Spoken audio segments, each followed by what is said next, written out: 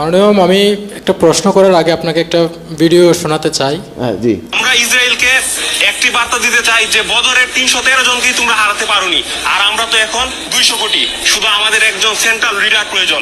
ইনশাআল্লাহ আমরা ফিরে আসবো। আমরা জি। ইহুদি খ্রিস্টানদের তৈরিকৃত যান্ত্রিক সভ্যতা, নিঃসন্দেহে এটা একটা শক্তিশালী সভ্যতা, কিংবা আমরা এটাকে দাজ্জালীয় সভ্যতাও বলতে পারি। তাহলে এই সভ্যতাকে আপনার ধ্বংস করার জন্য যে ঈসা আলাইহিস সালাম আসার কথা, বিষয়টা আসলে কীরকম? আমরা দেখতে পাচ্ছি যে এটা বিভিন্ন সংগঠন, বিভিন্ন ব্যক্তি, ধর্মপ্রাণ মুসলমানরা তারা কিন্তু একজন ত্রাতা, ত্রাণকর্তা, সেভিয়ার, একজন মুক্তির দূত তারা কামনা করছেন।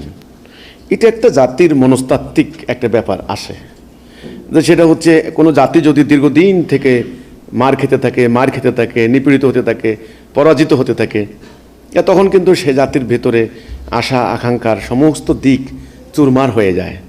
যেমন আজকে ফিলিস্তিন মুসলমানদের উপরে এই যে শক্তিশালী সৌদি আরব কিছুই করছে না, হতাশ মুসলমানরা। ইরান আজকে আক্রান্ত হচ্ছে, হ্যাঁ, মিশরের মতো একটা শক্তিশালী সামরিক বাহিনী কিছুই করছে না। প্রায় 200 কোটি মুসলমান কিছুই করতে পারছে না।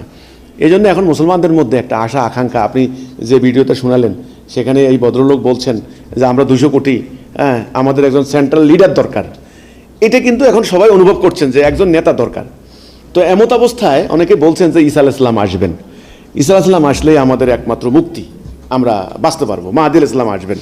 তো যেহেতু হাদিসে এই ব্যাপারটি ভবিষ্যৎবাণী করা আছে এবং এই বাইবেলও আছে যে সেকেন্ড কামিং অফ জিজাস, ঈসা আলাইহিস সালাম আসবেন। এখন এখানে একটা বিরাট একটা তাৎপর্যপূর্ণ ঘটনা আছে।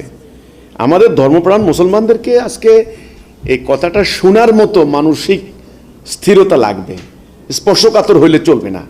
আমাদের তো মানুষগুলি ধর্মপ্রাণ, কিন্তু ধর্ম সম্পর্কে সামগ্রিক ধারণা না থাকার কারণে কোনো একটা কথা যদি নিজের মনের সাথে না মিলে অমনি একেবারে খেপে জায়গা, এটাকে বলা হয় সেন্টিমেন্ট, আর কি ধর্মীয় সেন্টিমেন্ট।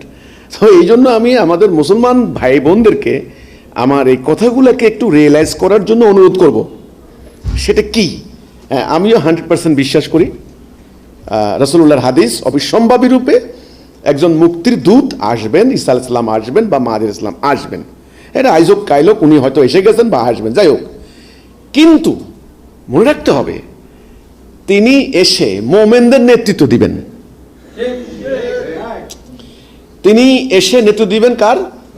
মোমেনদেরকে। এটা কিন্তু তিনি যিনি আসবেন তিনি অবিসম্ভাবী মোমেন, তিনি অবিসম্ভাবী আল্লাহর পক্ষ থেকে হেদায়েত প্রাপ্ত, তিনি অবিসম্ভাবী আল্লাহর পক্ষ থেকে সাহায্য প্রাপ্ত, এবং তিনি কখনো কোনোভাবেই যারা মুশরিক, মুনাফেক, কাফের, জালেম, ফাসেক, সীমালঙ্ঘনকারী, হ্যাঁ, এই ধরনের এদের নেতৃত্ব তিনি দিবেন না। কথা ক্লিয়ার হলো কি না? তাহলে ঈসা আলাইহিস সালাম আসবেন 100% কারেক্ট, এবং উদ্ধার করবেন, মুক্তি দিবেন কাকে? মোমেনদেরকে। কারণ আল্লাহর অঙ্গীকার কিন্তু মোমেনের সাথে। আল্লাহ বলছেন ওকায়না হাক্কানা আলাইনা নাসরুল মুমিনিন, মোমেনদেরকে উদ্ধার করা আমার দায়িত্ব। এখন আল্লাহ কিন্তু তার দায়িত্ব পালন করবেন, এতে কোনো ভুল নাই। তোমরা হতাশ হইও না, তোমরা নিরাশ হইও না, তোমরা বিজয়ী হবে যদি তোমরা মোমেন হও। তাহলে মোমেনদেরকে আল্লাহ বিজয়ী করবেনই। হে মোমেনগণ, তোমরা যদি কাফেরদের মোকাবেলা করো তারা পালাবে, কারণ আমি মোমেনদের সাথে আছি, ওয়াল্লাহু মাআকুম। হ্যাঁ, তাহলে 5000 মালায়েক প্রস্তুত আমার মোমেনকে সাহায্য করার জন্য। এগুলি কিন্তু আল্লাহ পুরো কোরআন জুড়ে বলেছেন। এবং তিনি জমিনে ক্ষমতায়ন করবেন, খেলাফত দিবেন মোমেনকে। এটা বলেন নাই ফাসেকরে দেব, মুশরিকরে দেব, মুনাফেককে দেব, কাফেরকে দেব, এটা কিচ্ছু বলেন নাই।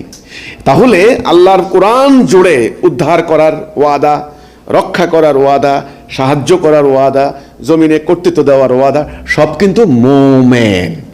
ঈসা আলাইহিস সালাম আইসা কিন্তু মোমেনদের নেতৃত্ব দিবেন। এখানেই হলো ভয়ঙ্কর কথা।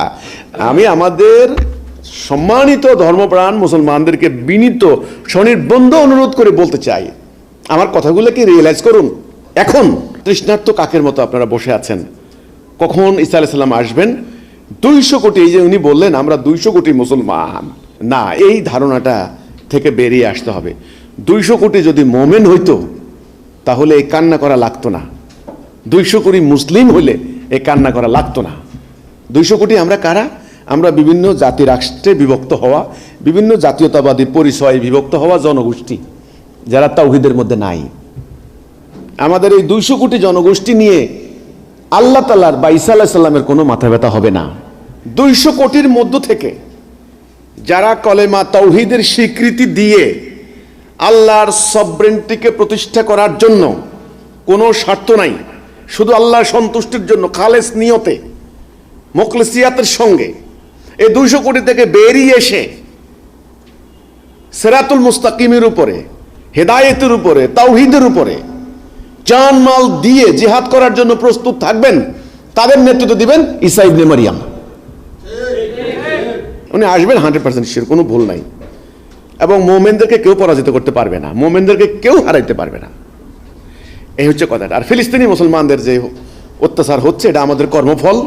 গত কয়েক শতাব্দী ধরে আমরা ঐক্য নষ্ট করেছি, জিহাদ ত্যাগ করেছি, দুনিয়ার প্রতি লোভ লালসা কামনা বাসনা আমাদেরকে পেয়ে বসেছে, আল্লাহর হুকুম বাদ দিয়ে ওদের হুকুম বিধান মেনে চলছে, এটার ফল। তো কাজেই আপনি যে বললেন, ওনারা যে আশা করছেন যে একজন নেতা আসবেন, হ্যাঁ অবশ্যই আসবেন, তবে সেটা মোমেনদের রক্ষা করার জন্য এবং মোমেনদের নেতৃত্ব দেওয়ার জন্য। যারা আল্লাহর সাথে শিরিক করছে, যারা আল্লাহর সাথে কুফর করছে, যারা সীমা লঙ্ঘন করছে, তারা যদি তওবা করে প্রত্যাবর্তন না করে, তবে তাদেরও কিন্তু বিপদ আছে, তাদেরও কিন্তু শাস্তি আছে, ওটা আল্লাহ কোরআনে বলেছেন। এবং এই তারা এবার হিন্দু না মুসলমান না খ্রিস্টান না ইয়াহুদি, যে কোনো ধর্মের অনুসারী হতে পারে, হোক, কিন্তু তাওহীদে না থাকলে সবাই সমান। আমি অনুরোধ করব, আপনারা মোমেন হন, ইনশাআল্লাহ আল্লাহ আপনাদেরকে উদ্ধার করবেন, রক্ষা করবেন।